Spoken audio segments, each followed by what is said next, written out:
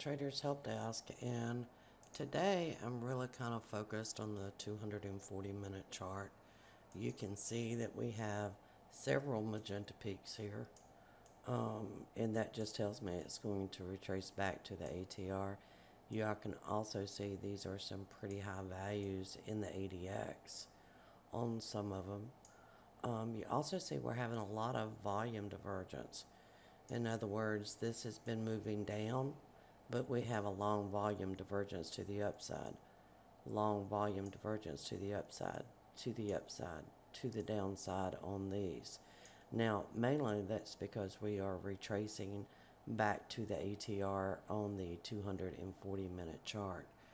If we actually go to those charts, you can see the 60-minute just flipped the ATR on the USD JPY, expecting it to at least come back to the ATR at 107.83, and then if there is hidden divergence or even trend divergence when it comes back to here, then I would be interested in taking the short to the downside for the completion of the retracement. If we go over to the Aussie dollar, you can see that it is oversold on the stochastics, and we have long divergence and an ADX value of 58. Now, the ADX is not overextended by any stretch of the imagination.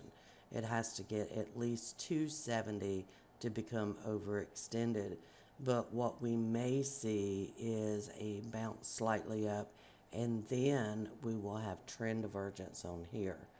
On the Euro-US dollar, you can see that we already had the trend divergence, and I am expecting this to actually go up and test 23.75-ish around that area.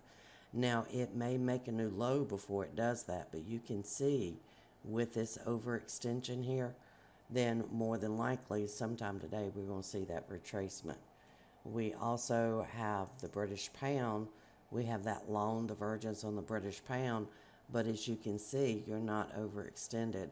This one actually had hidden divergence as it came back to test this ATR up here. So we're probably going to get some new lows on the British pound. On the USD CAD, you can see the ADX is at 84, quite overextended, and the stochastics is overbought.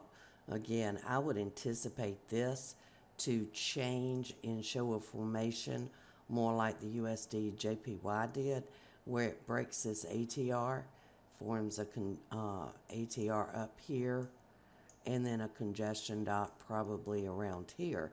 And what normally happens is it comes down, tests the congestion dot, then goes back and tests for resistance to push that down towards the ATR here.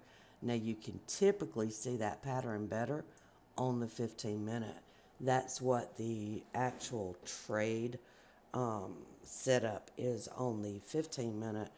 So that's what I'm waiting to see happen. Over on the USD Swiss franc, very similar. We had a high ADX value. It's formed the magenta peak, also overextended on the stochastics. So you can see this is the formation that I want. And what you want to see is as this comes back testing this ATR here, you want to have a hidden divergence. Right now, there is a potential for that hidden divergence because you're making either equal lows or slightly lower lows, but you're making higher lows in the stochastics. And you also want to see the volume divergence. And of course, the volume divergence at this time with 8 minutes left is actually forming. But this is really what we want to see happen with the 240-minute magenta peak. If we go back and we look at the USD JPY, and I'll stretch it out just a little for you, you can see that it actually went back, flipped the ATR here, moved down, came back, did not get close enough to generate a trade here, but you can also see that as that came back, it had equal highs, but look at how much lower that was. That's also a type of divergence that you want to watch for. And as you can see, there was absolutely no buyers in that market.